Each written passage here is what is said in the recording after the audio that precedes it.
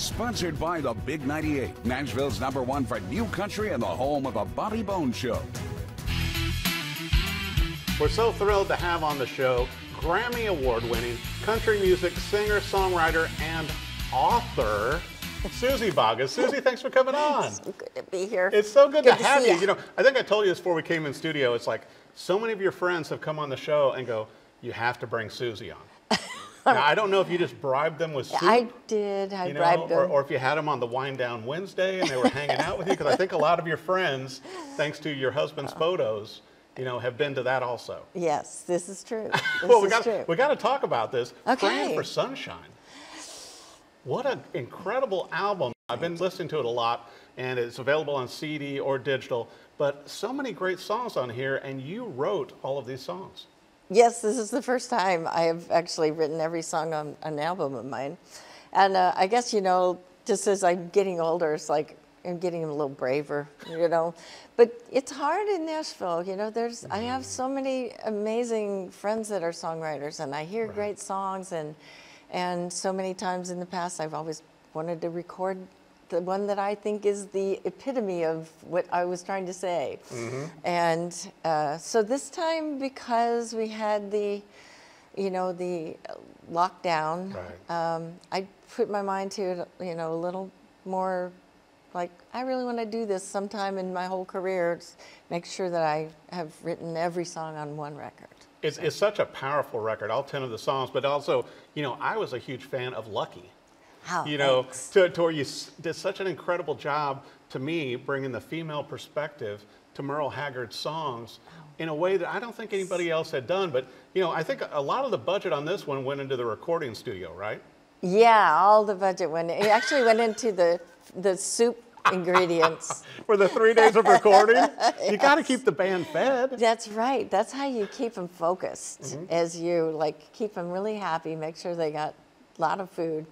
And yeah, I work hard to make sure that I'm cooking something that they're all going to like, and it's going to be, yeah, what happens is, you know, we start recording in the morning, and then everybody comes down to the kitchen, and I've already got soup or something on the stove, and usually it's soup, because I'm kind of a super person. It makes sense. And yeah, so, and then, you know, everybody sits down communally at the table, and a lot of times we'll talk about the songs we've just cut.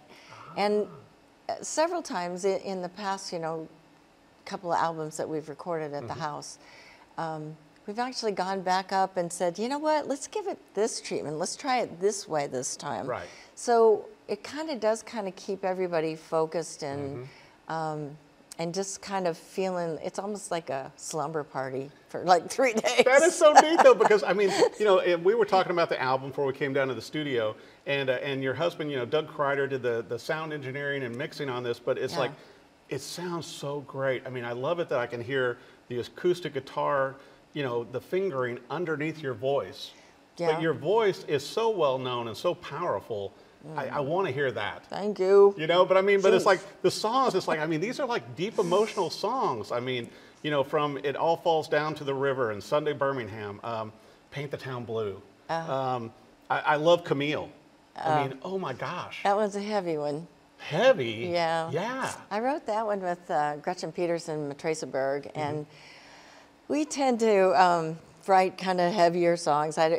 It's not that we're really dark-minded, it's just that when we get together, a lot of times we will, sometimes we will go on a little retreat and stay a couple of days, and we cook for each other and drink some wine and just kind of get loosened up, and late at night is when we'll make some demos, and that's when we often will come up with a song idea, and it always seems that late at night you don't really write the bouncy little numbers. But there are bouncy numbers on here. There's plenty of my sense of humor on here, too. And I love that. I think the sense of humor, especially on A Woman Who Cooks, which I thought also goes well with the book. It's like, you know, you can tell some of the tongue-in-cheek here that I just love. Good. You know, and just like on GPS. Yes. You know, it's like on some of the songs here, I kind of felt like, especially with the shuffle, it was like going, almost a nod to like Bob Wills and the Texas Playboys on a few of the songs. It's like, going, Nice. those are fun. I mean, with the band. Yeah, yeah. You know, playing those out, it's like, what fun songs. Because I'm sure all the time too, Suzy, obviously people want to hear your hits. Well, And sure. you've had a lot of hits and gotten a lot of awards, besides your Grammys, CMA awards and all that stuff. But it's nice to have fun new material. That's the deal. I mean, honestly, I really wasn't, you know, I wasn't thinking about whether I was going to make a new album or not. I mean, I was thinking about it, but I kind of felt like when it comes down to it, people really do like associate your songs that were on the radio with your, with their story, you know, like where they were when they heard that song and that kind of stuff. But during the lockdown, you know, for COVID, I was reaching out to people, and I had started this Wind Down Wednesday. Right. So I started that like in April, right after we all realized we really were going to be locked down for a while. Right. And during that time, I reached out to folks, and I was just kind of, you know, it's just one of those equally accessible things where I could really talk to my fans and my audience directly, and they could talk to me directly. And at a certain point, I felt like they really wanted me to do new music. And Yeah, and you had that direct connection, though. Right. To where the fans are going, we love your hits, we love what you do. But also I think that, you know, Praying for Sunshine is such a great testament to your previous hits, because you've got a few in there that's like going, it has that feel that we all grew up and love, but also it's new and fresh. And I mean, it seems very personal lyrics that I think a lot of us can relate to. Yeah, there is a lot of personal ones, and a lot of the songs, you know, when I was sitting at home, I was thinking a lot about how much I missed being on the road. Right.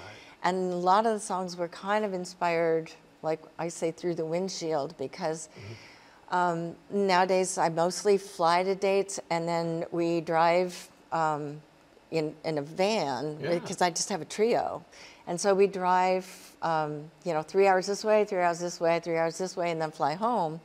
And so I'm getting to see a lot of the country, and I get to eat in little restaurants and things you don't do when you're on the bus, because, you know, generally when you're playing the larger venues, you get to, you know, the arena, and then you stick there, and the bus is there, and you're kind of, it's not that easy to get around town.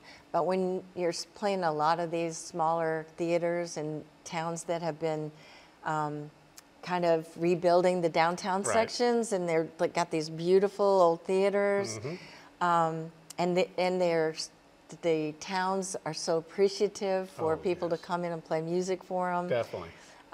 So a lot of the stories that were kind of coming into my head were me talking to people in, you know, cafes, or hearing somebody say something that makes me think I know that person, or I know somebody like that person, and making up a story that kind of goes along with that. So. Well, you know, and you and I were talking too before we came out of the studio, and obviously several of your friends, such as Pam Tillis, Kathy Mattea, Lorrie Morgan, and you've done a lot of shows with them also, besides your solo shows. Yes, like, you know, I started, I guess, in 2017, Pam and Terri Clark and I started doing a little thing called Chicks with Hits. Yeah, and Terri is such a sweetheart too. Oh, she is a riot. She is so fun, and I'm so sure your talented. senses of humor work out well.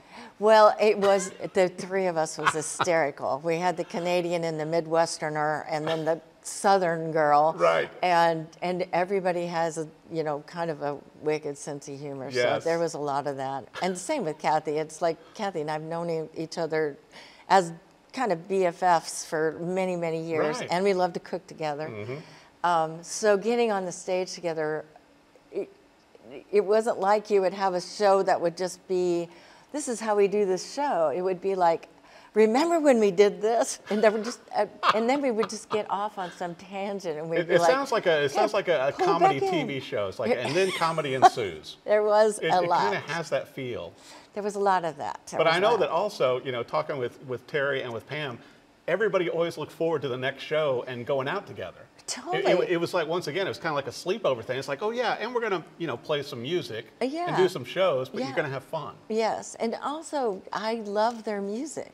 So the opportunity to get to sing harmony with some of these great singers with great songs, that was just like, it's a bonus. Right. And I mean, I feel like everybody who's out there collaborating and doing group shows feels that same kind of camaraderie and Well, how many hits, and you get to play along on each other. yeah, and every It's like, song okay, is a hit. Yes. So the audience is really into it too. So they're like really like ignited, and they just feed you. And then you get back to the bus, and you're just like, oh my gosh, I'm like just buzzing Right, from totally. all that. Well, and speaking of just feed you, Suzy's Soup Night.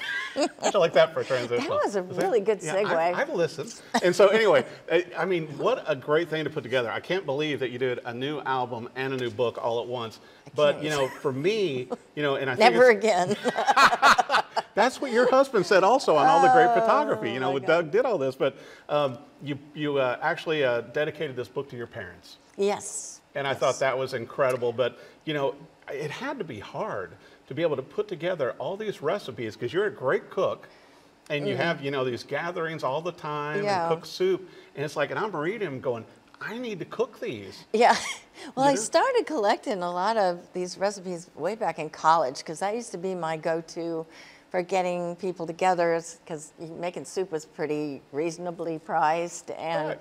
I wanted to get musicians together so that I could learn new licks and steal ideas. Back when you and were playing things all like the that. coffee shops. Yeah, right, back in school. And, and then I've always loved to throw Christmas parties and that sort of thing. But I found that the competition for Christmas parties, it was hard to find a time when all my friends could come. So Sure.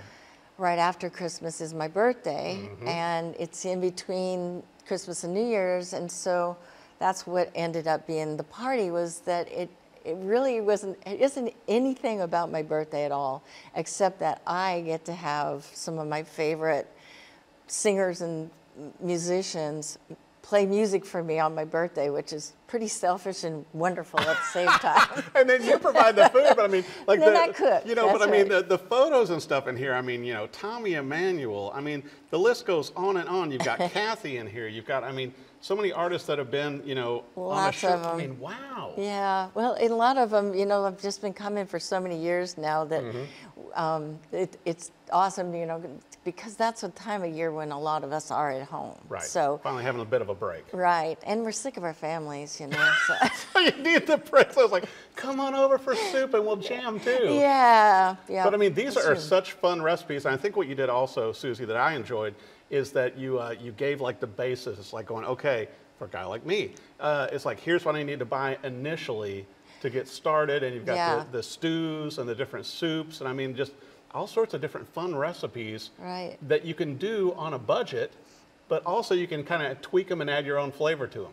Well, that's true. That's what I really want to encourage, is that, because that's how I cook normally, and that was the real challenge for me in doing the book, was that I had to measure, and then I had to repeat it and not say, well, this time I want to try this. I had to go, no, you have to use your recipe. Right.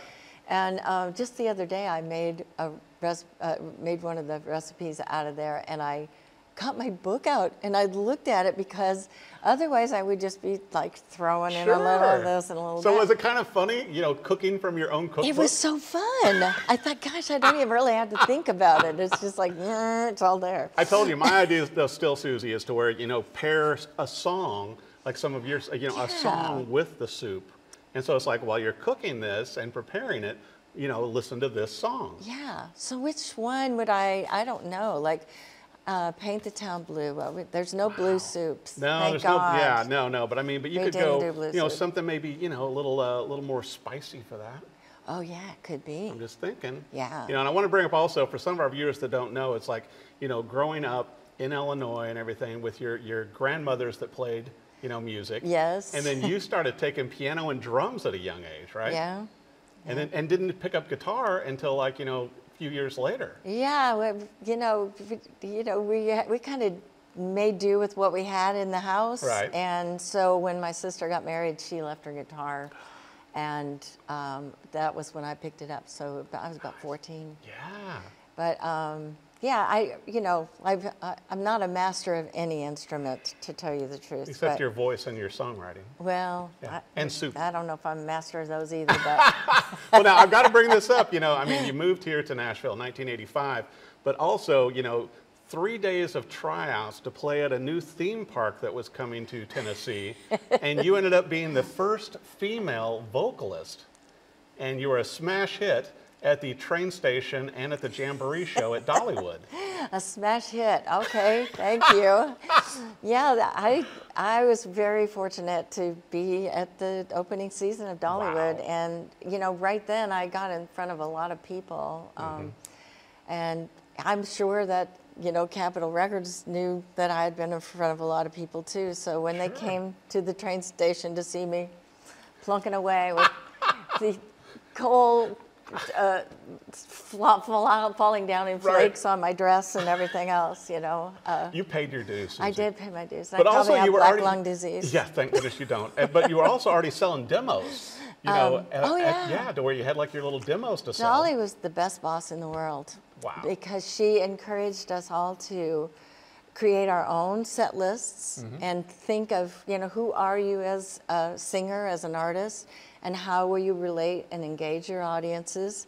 What songs will make that happen for you when they're coming through the park? And so she couldn't have been more supportive and to all of us.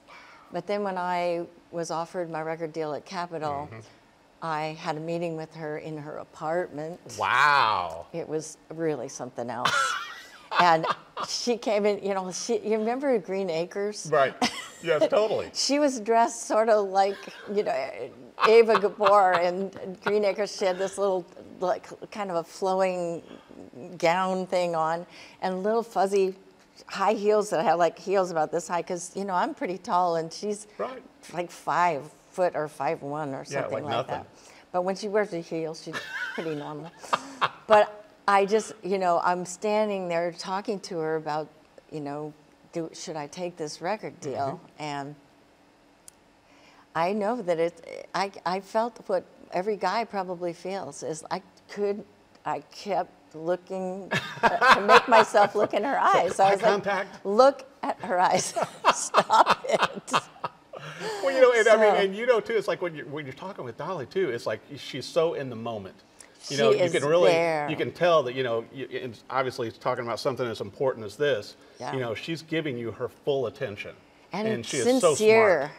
When, when I first met her, we had photographs taken, the male lead and myself and Dolly, we had pictures taken on the comedian, Elwood Smooch.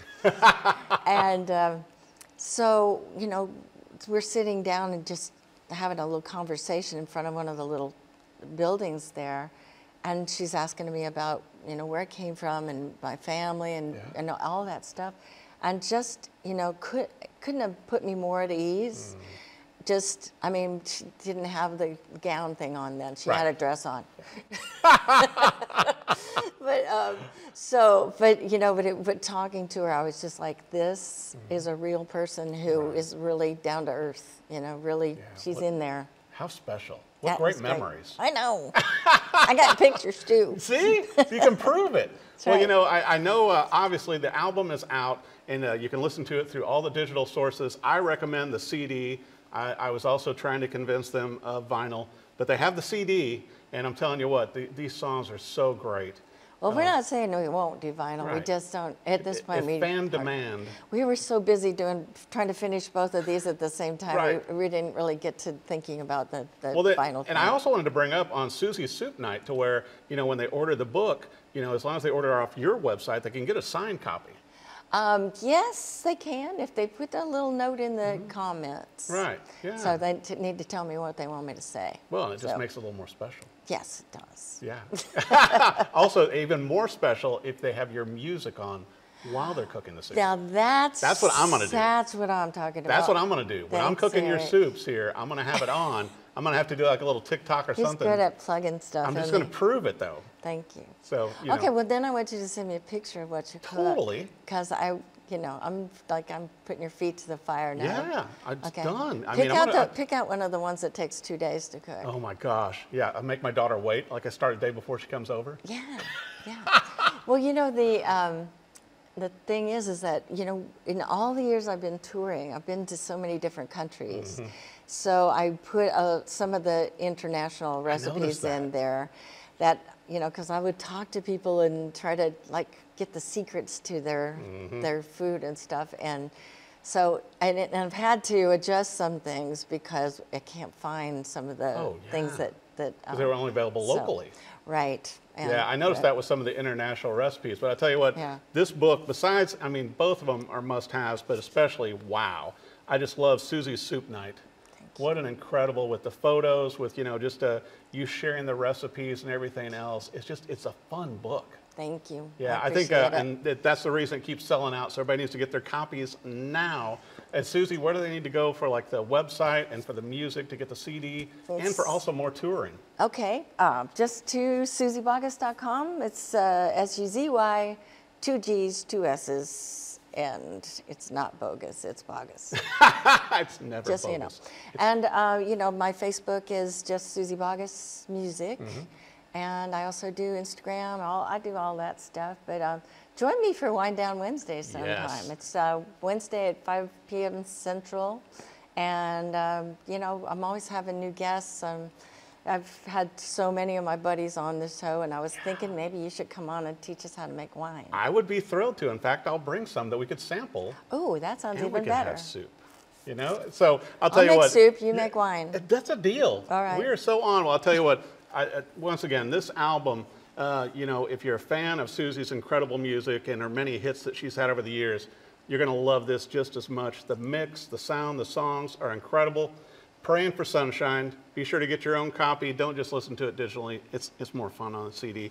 And then the new book, which is going to be available everywhere. But go to the website, too, and you're going to love the recipes and just the special stories. And Suzy Bogguss, it is so nice to have you on the show. Nice to be here, buddy. Congratulations. Thank you.